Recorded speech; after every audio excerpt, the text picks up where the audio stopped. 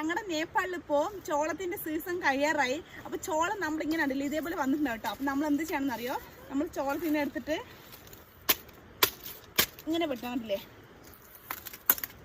Actually ചോളം ചില ഏരിയയിലൊക്കെ ചോളം കുറച്ച് എന്താ വേകുന്നതേ ഉള്ളൂ, കുറച്ച് മൂപ്പാവുന്നതേ ഉള്ളൂ. പക്ഷെ അതേ സമയത്ത് ഞങ്ങളുടെ ഏരിയയിൽ വന്നിട്ട് ഏകദേശം പകുതി ചോളവും നല്ല മൂത്തിട്ടുണ്ട്.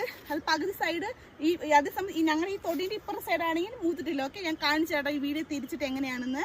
അപ്പോൾ ഇതാണ് ഞങ്ങളുടെ മോക്ക് ഹാർവെസ്റ്റിംഗ് ചെയ്യാണ്. ഇതിപ്പോൾ നമ്മൾ ഓരോന്ന് വലിച്ചിട്ട് നമ്മളെന്ത് തൂക്കിയിടും. ഓക്കെ, ഇത് കണ്ടില്ലേ, ഇപ്പം നമ്മുടെ ഈ ചോളമാണെങ്കിൽ ഉണ്ടല്ലോ മൂപ്പായിട്ടില്ല. അതുകൊണ്ടാണ് പച്ച കളർ ഇലയും അതുപോലെ കായും കാണുന്നത്. കണ്ടിട്ട് പൂവൊക്കെ വന്നിട്ടുള്ളത്.